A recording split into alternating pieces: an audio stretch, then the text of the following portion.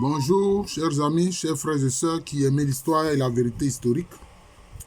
Nous voulons poursuivre allègrement la série de vidéos sur l'ouvrage de Brzezinski, Le Grand Échiquier. Voilà, c'est un ouvrage qui permet de comprendre la géopolitique des États, notamment surtout la stratégie des États-Unis, dont les gouvernements pour la plupart adhèrent au projet mondialiste, voilà, d'un gouvernement unique. Celui qui n'a pas voulu de cela, c'est Trump, c'est Donald Trump. Et on sait actuellement ce qui se passe à son propos. Il y a des stratégies qui sont mises en place pour ne pas qu'il soit candidat dans 2 ans. Alors donc nous poursuivons la lecture et le commentaire de l'ouvrage de Brzezinski, Le Grand Échiquier. À la différence tant de l'Arménie que de l'Azerbaïdjan, tous deux très homogènes d'un point de vue ethnique, environ 30% des 6 millions d'habitants que compte la Géorgie sont des minorités. Bon, pourquoi il a dit qu'ils sont homogènes d'un point de vue ethnique? Ça, je ne comprends pas. Parce que la langue azerbaïdjanaise et puis la langue arménienne, est-ce que c'est la même langue? En outre, les Arméniens sont des chrétiens orthodoxes et les Azerbaïdjanais sont des musulmans. Alors, concernant la Géorgie, effectivement, il y a des minorités là-bas. Mais pourquoi est-ce que souvent les minorités posent problème dans ces régions aux populations caucasiennes? Ça ne devrait pas poser problème. Souvent, c'est parce que la majorité veut amener la minorité à abandonner sa culture pour adopter celle de la majorité. Abandonner sa langue pour adopter la langue de la majorité. C'est ça qui fait problème. On l'a vu notamment concernant le Donbass.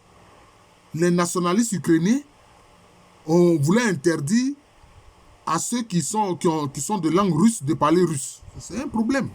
C'est un problème. Mais quelquefois, derrière, il y a des extrémistes qui agissent. Bon, c'est ça qui fait problème en fait. En outre, leur organisation et leur identité revêtent un caractère plutôt tribal et elles nourrissent un profond ressentiment à l'égard de la domination géorgienne. Pourquoi tribal? Les tribus sont partout. En Europe, il y avait des tribus. Est-ce que ça a changé fondamentalement? Les Bretons en France sont des Bretons. Les Basques sont des Basques. C'est tout. Donc ça, c'est un faux problème. Dernièrement, je regardais, comment on appelle ça, un documentaire sur la reine Elisabeth II. Et on dit quelquefois elle se rendait en Écosse, dans une partie très au nord de l'Écosse, où il y avait là-bas un berger qu'elle aimait fréquenter, souvent aller le voir, le saluer.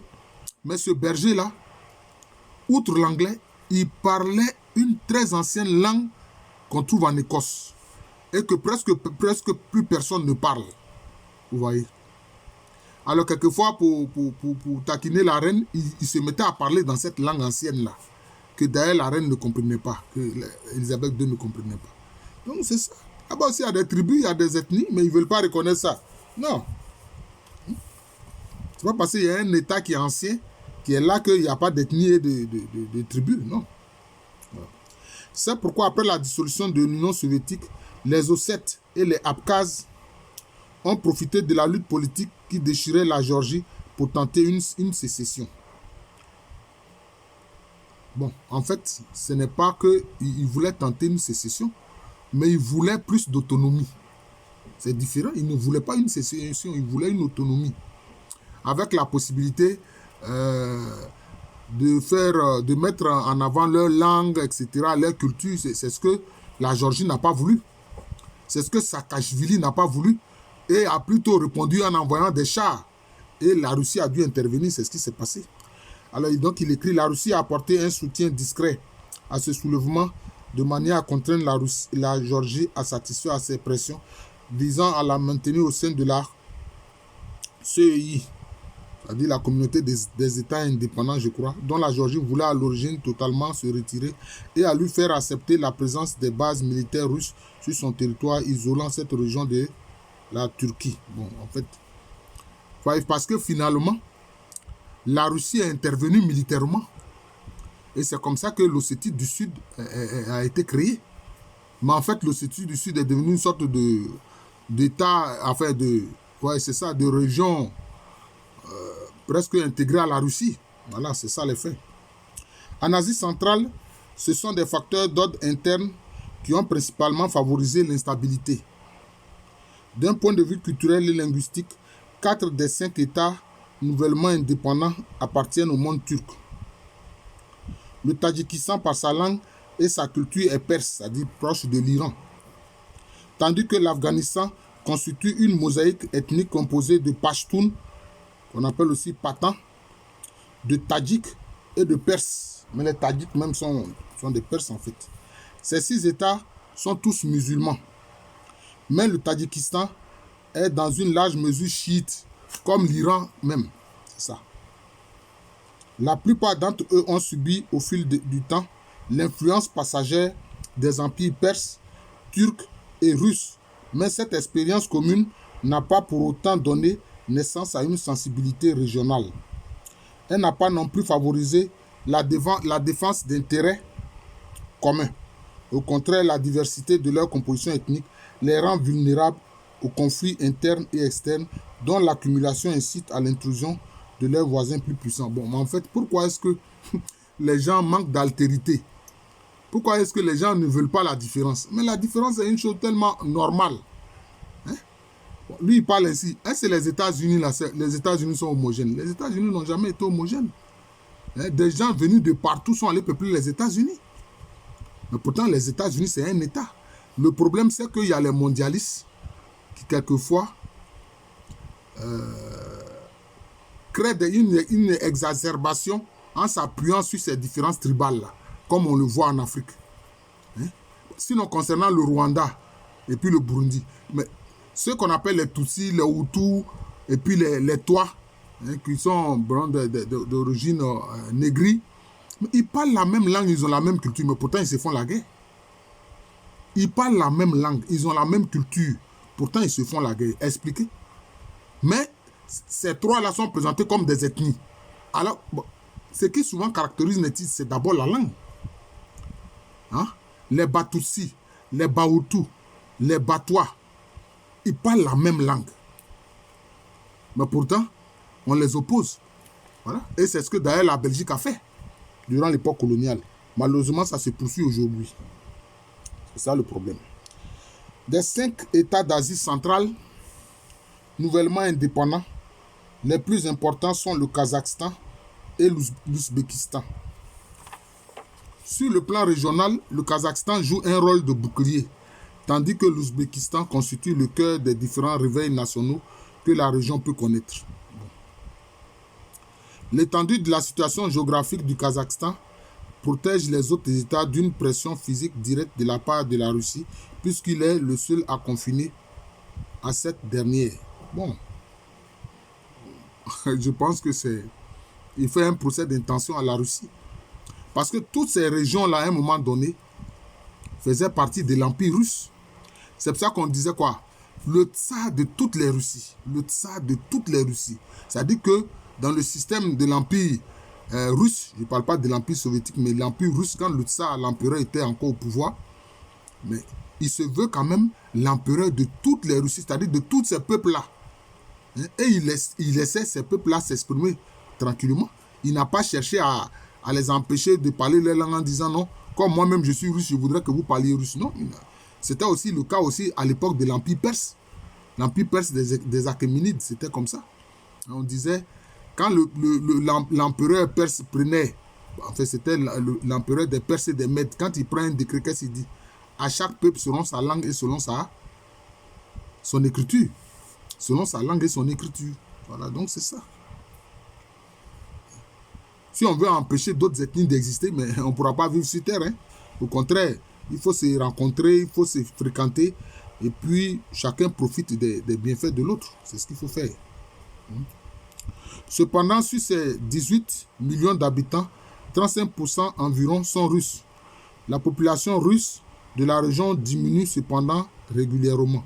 Bon, pourquoi? Et l'on compte en outre 20% de population non kazakh, ce qui a sensiblement compliqué la tâche des nouveaux dirigeants kazakhs, dont les tendances nationalistes s'accentuent alors que les Kazakhs ne représentent que la moitié environ de la population totale du pays désireux de forger la nation sur des bases ethniques et linguistiques. Mais c'est ça le problème. L'État peut se faire sans qu'il y ait des problèmes d'ethnie. Est-ce que l'Union soviétique, ce n'était pas un État qui gouvernait plusieurs ethnies? Si. La Chine populaire, c'est un État qui gouverne plusieurs ethnies. Voilà.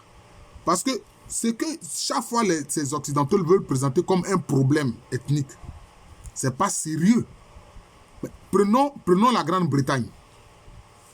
Est-ce que la Grande-Bretagne, ce n'est pas plusieurs ethnies? C'est plusieurs ethnies. Il y a les anglo-saxons. Il y a les Gallois, les gens du pays des Galles. Eux-mêmes, ils ont même leur langue qui est différente des choses de l'anglais.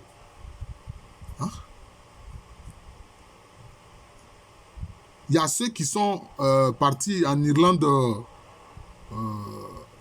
du Nord. Oui, c'est ça, l'Irlande du Nord. Qui fait partie de la Grande-Bretagne qui est différente de la République d'Irlande.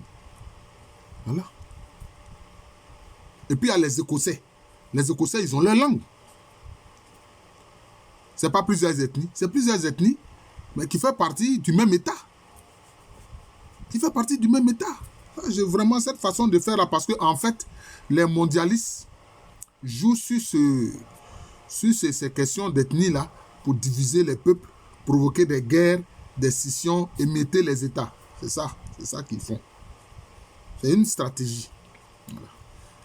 C'est l'une des stratégies qui est beaucoup utilisée, notamment par les services secrets des mondialistes.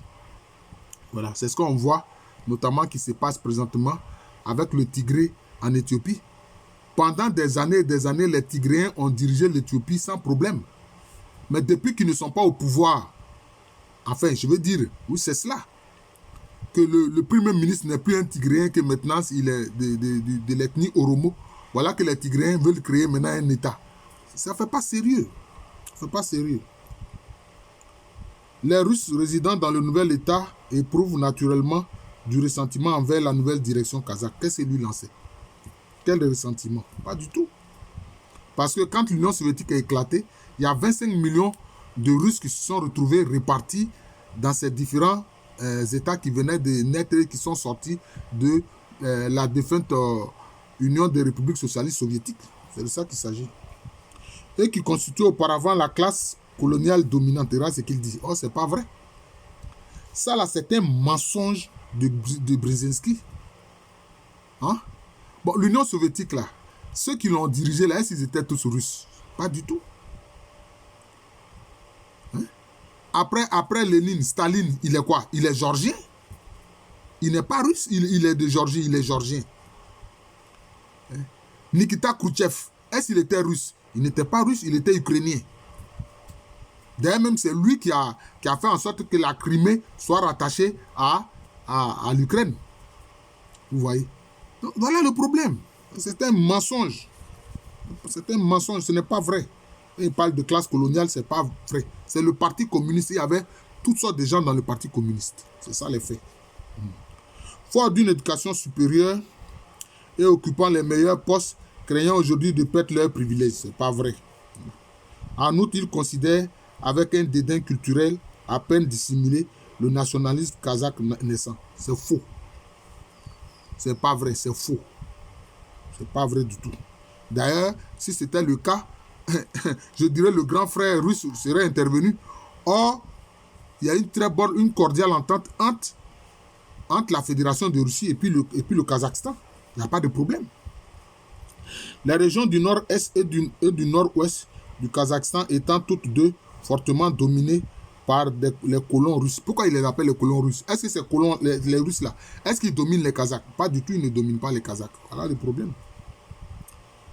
C'est pour ça que quand on n'a pas une certaine connaissance, qu'on lit un ouvrage, on risque de prendre ce que l'auteur dit pour argent comptant. Or, ce n'est pas vrai. Ouais, c'est un problème.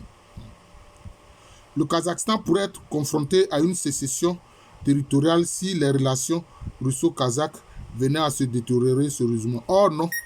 Au contraire, il y a une entente cordiale. C'est ce que je viens de dire. Voilà. C'est ce que je viens de dire. Dans le même temps, plusieurs centaines de milliers de Kazakhs vivent de l'autre côté de la frontière russe, ainsi que dans le nord-est de l'Ouzbékistan. Celui-ci étant considéré par les Kazakhs comme leur principal rival dans la lutte pour la prééminence en Asie centrale. Pourquoi? Pas du tout. Ces pays-là, quand ces pays-là sont devenus des États indépendants après l'éclatement et la disparition de l'Union soviétique, il n'y a pas eu d'affrontement entre eux. Il n'y a pas eu d'affrontement entre eux. Pas du tout. Celui-ci étant considéré par les Kazakhs comme le principal rival. Non, pas du tout. Le Kazakhstan et puis l'Ouzbékistan s'entendent très bien, il n'y a pas de problème. Maintenant, il continue, il écrit, de fait, l'Ouzbékistan constitue le principal candidat au leadership en Asie centrale. Bien que d'une superficie moindre et moins riche en réserves naturelles que le Kazakhstan, sa population est plus nombreuse, puisque 25 millions d'habitants, et facteur plus important encore, considérablement plus homogène que celle du Kazakhstan. Toujours le prétexte de l'homogénéité. Le prétexte de l'homogénéité. Parce que c'est souvent lié à l'esprit eugéniste des mondialistes. C'est comme aux États-Unis. Hein? Ceux qui sont les suprémacistes blancs. Voilà. Ils veulent une Amérique blanche. Voilà. Mais pas n'importe quelle Amérique blanche. Et ils ne veulent pas des catholiques, non. Ils veulent être des WAPS, White Anglo-Saxon Protestants, c'est-à-dire des blancs anglo-saxons protestants. Voilà le problème. Si on veut vivre de cette façon-là, mais le monde ne connaîtra jamais la paix. Du fait d'un taux de natalité plus élevé et suite à l'exode progressif des Russes, autrefois dominants, la population comptera bientôt près de 75% d'Ouzbeks et ne comportera plus qu'une minorité russe insignifiante demeurant en grande partie à Tachkent, la capitale. En fait, il y a certains Russes qui ont décidé de... Puisqu'ils se retrouvent maintenant comme des étrangers dans ces nouveaux États-là. Voilà. Donc, il y a certains qui ont accepté de prendre la nationalité de ces nouveaux États, mais il y a d'autres qui ont préféré retourner en Russie, dans la Fédération de Russie. C'est tout. Ils n'ont pas été persécutés, pas du tout. Voilà. Ceux qui ont fait cette erreur-là, c'est les Georgiens, avec notamment Saakashvili, quelqu'un qui venait des États-Unis et qui était manipulé par la CIA. Ça, il faut dire la vérité. Il était manipulé par la CIA. C'est un pion de la CIA. C'est la CIA qui a tout fait pour qu'il devienne président de la Géorgie. Voilà. Par ailleurs, l'élite politique du pays présente à dessein le nouvel État comme le descendant direct du vaste empire de Tamerlan. 1336-1404, Tamerlan, c'était un guerrier mongol. C'était un guerrier mongol. Donc lui-même, il était un étranger. Tamerlan, c'est un des descendants de Genghis Khan. C'est ça, c'était un mongol. C'est un guerrier mongol. Donc pourquoi il n'est même pas ouzbek. Il est mongol, il n'est pas ouzbek. Voilà le problème. Voilà.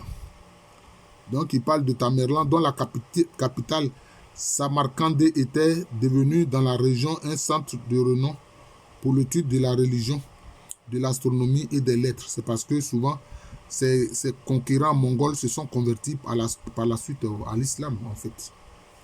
Cette lignée confère à l'Ouzbékistan moderne un sens plus aigu de la continuité historique que celui de ses voisins, et cet État se sent investi d'une mission dans la région. Bon.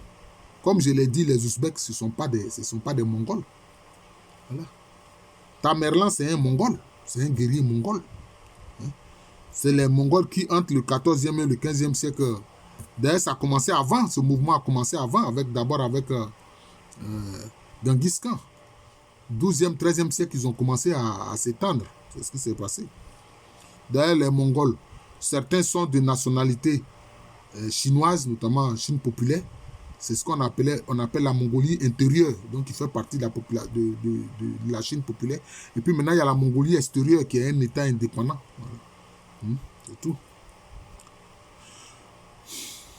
Alors, comment il peut dire que tout d'un coup, les Ouzbeks se sentent héritiers des Mongols? Voilà. alors qu'ils ne sont pas de même ethnie. Seulement, les Mongols sont venus en tant que conquérants pour dominer l'Ouzbékistan. C'est de ça qu'il s'agit. Certains dirigeants ouzbeks voient en effet dans l'Ouzbékistan le possible cœur d'une entité d'Asie centrale unique dont Tachkent pourrait être la capitale.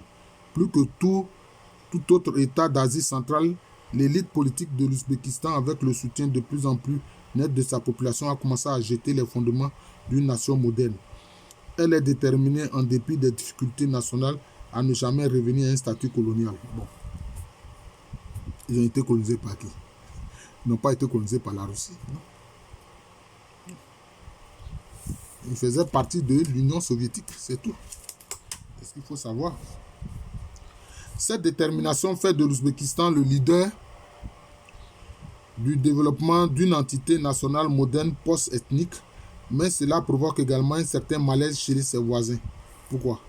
Alors même que les dirigeants ouzbeks rythment la construction de la nation et plaident en faveur d'une plus grande indépendance régionale, le développement de l'homogénéité nationale et l'intensité du sentiment national inspirent de la crainte aux dirigeants non seulement du Turkménistan, du Kirghizistan et du Tadjikistan, mais également du Kazakhstan, qui redoutent de voir le rôle de meneur régional joué par l'Ouzbékistan se transformer en une véritable domination. Or non.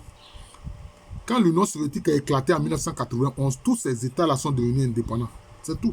Chacun est devenu indépendant. Donc, il n'y a pas eu de problème. Cette crainte paralyse la coopération régionale entre les États nouvellement souverains. Donc, on voit que sur la question, Brzezinski a fait... s'est trompé. Il s'est trompé. Coopération d'ailleurs nullement encouragée par les Russes et perpétue la traditionnelle vulnérabilité de la région. Oh non! Le futur a montré qu'il s'est trompé. Tous ces États-là sont devenus indépendants. L'Ouzbékistan, le Tadjikistan, le Kazakhstan, etc., le Turkménistan, ils sont devenus tranquillement des États indépendants. Voilà. Et qui ont de très bonnes relations d'ailleurs avec la Russie. Par ailleurs, comme les autres États, l'Ouzbékistan n'est pas lui-même totalement exempt de tensions ethniques. Toujours la quête de tensions ethniques. C'est pas sérieux. C'est pas sérieux. Dans certaines régions du sud, notamment autour des centres historiques et culturels de Samarkand et de Bukhara, comptent d'importantes populations tadjiques qui restent mécontentes des frontières tracées par Moscou. Et ces frontières ont été tracées par Moscou. Moscou même avait des problèmes, hein, quand l'Union des républiques socialistes soviétiques s'est éclatée. Donc c'est comme ça. La présence ouzbèque dans l'ouest du Tadjikistan ainsi que d'Ouzbèques et de Tadjiks dans la vallée de Fernaga, qui est une région d'une grande richesse économique où de sanglantes guerres ethniques ont éclaté ces dernières années, sans parler de la présence d'Ouzbèques dans le nord de l'Afghanistan, rend la situation encore plus complexe. Mais c'est qu'il oublie. Tous ces pays-là faisaient partie de l'Union des républiques socialistes soviétiques. Donc c'était un seul État à l'intérieur duquel les populations se déplaçaient allègrement. Mais quand toutes ces populations deviennent indépendantes, ça pose problème. Ces populations ne sont plus dans le même État. Hein? Elles sont obligées de se conformer aux nouveaux États qui viennent de naître. C'est ce qui s'est passé. C'est ce qui s'est passé. Est-ce aux États-Unis, même le Texas n'a pas de velléité d'indépendance? Si. Mais eux, ils jouent sur ça. Les mondialistes, là, ils jouent sur ça. Ils jouent sur ces différences-là pour créer des conflits. Parce qu'ils veulent affaiblir les États. C'est leur objectif, pour créer un gouvernement unique mondial. Eux-mêmes, ils le disent. Hein, ce qu'ils disent là, ce n'est pas nouveau. Des 3 États d'Asie centrale, nés de l'administration coloniale russe, le Kirghizistan, le Tadjikistan et le Turkménistan, seul le 3e présente une relative cohésion ethnique, c'est-à-dire le Turkménistan. Environ 75% de ces 4,5 millions d'habitants sont des Turkmènes. Les Ouzbeks et les Russes représentant chacun moins de 10%, sa situation géographique le protège de la Russie et ce sont plutôt l'Ouzbékistan et l'Iran qui semblent avoir joué un rôle dans l'avenir du pays. Une fois achevée la construction de pipelines dans la région, ces immenses réserves de gaz naturel assureront un avenir prospère à la population du pays. Mais Brzezinski parle comme si c'est en cette période-là, contemporaine, que ces ethnies se fréquentent. C'est un problème. Ces ethnies se sont toujours fréquentées et ont été sous différents États. voilà, ont été sous différents États, sous la domination de différents États. Hein? Que ce soit sous l'Empire perse, hein? Que ce soit sous la domination des Mongols, que ce soit sous l'Empire ottoman, turc ottoman, que ce soit sous l'Empire des Tsars, ces populations ont toujours vécu ensemble. Ces ethnies se sont toujours fréquentées. Quelquefois même, il y a eu des brassages. Mais lui, il présente l'existence de ces ethnies-là comme déjà un problème conflictuel, ce qui n'est pas vrai. Voilà, ce qui n'est pas vrai. J'en suis déjà à 25 minutes. Bon, je vais faire rapidement pour évoluer, pour ne pas que ça dépasse 30 minutes. Les 5 millions d'habitants du Kyrgyzstan sont plus diversifiés. Les Kirghizes, pour la plupart, représentent environ 55% de la population totale. Les Ouzbeks, quelques 13%. Le nombre de Russes, quant à lui, a récemment régressé de plus de 20% à légèrement plus de 15%. Avant l'indépendance, les Russes constituaient l'essentiel de l'intelligence ethnique et scientifique. Aussi, leur exode a-t-il nui à l'économie du pays. Bien que riche en minerais et d'une beauté naturelle qui a conduit certains à décrire le pays comme la Suisse de l'Asie centrale et de se faire lieu potentiel du tourisme, la situation géopolitique du Kyrgyzstan, encastré comme il est entre la Chine et le Kazakhstan, le rend fortement tributaire du niveau d'indépendance auquel ce dernier parvient à se maintenir. Mais ils sont indépendants, point barre, c'est tout. Le Tadjikistan, quant à lui, représente un peu plus d'homogénéité ethnique parmi ces 6,5 millions. Pourquoi ils pensent que l'ethnie déjà est une homogénéité et qu'à l'intérieur d'une ethnie, il ne peut pas avoir de conflits. Il peut y avoir des conflits sociaux. Le fait qu'une ethnie existe ne veut pas dire qu'il ne peut pas avoir des conflits internes même à la même ethnie.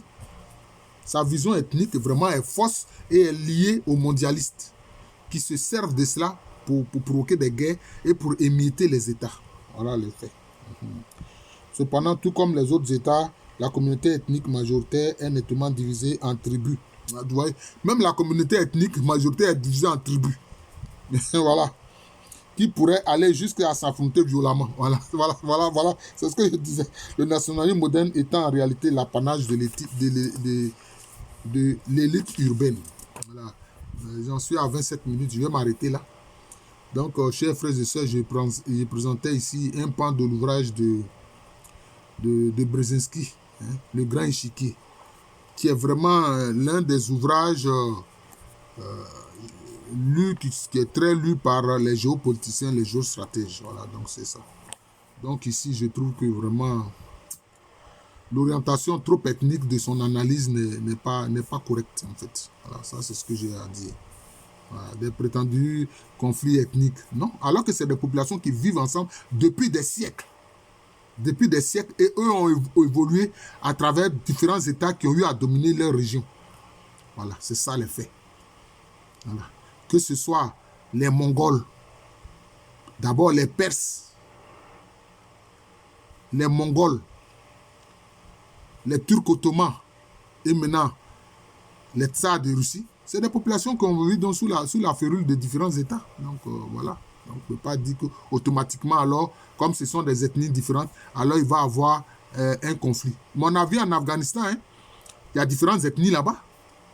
Il y a les Pashtuns, il y a les d'autres ethnies. Il y a des Tadjiks aussi.